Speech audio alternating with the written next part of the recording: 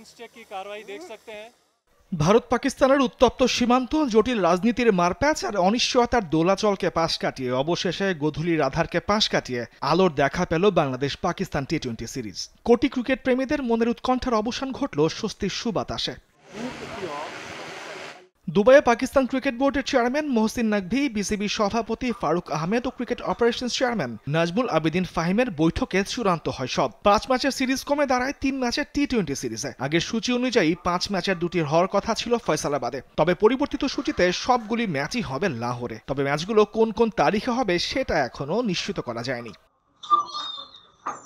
এই নিয়ে তৃতীয়বারের মতো পরিবর্তন করা হলো বাংলাদেশ পাকিস্তান সিরিজের সূচি। সংযুক্ত আরব আমিরাতে 17-19 মে 2টি ম্যাচ খেলে পাকিস্তানের উদ্দেশ্যে উড়াল দেওয়ার কথা ছিল বাংলাদেশের। পিএসএল এর পরিবর্তিত সূচির কারণে পাকিস্তান সিরিজের সূচি পেছাতে হয়। সূচি পেছানোয় সংযুক্ত আরব আমিরাতের সঙ্গে একটি টি-20 বাড়িয়ে নেয় বিসিবি।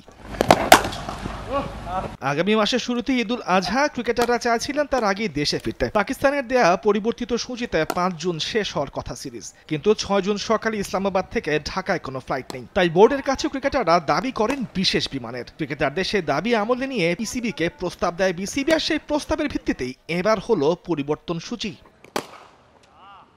তামিমুর রহমান, স্পোর্টস ডেস্ক, দেশ টিভি।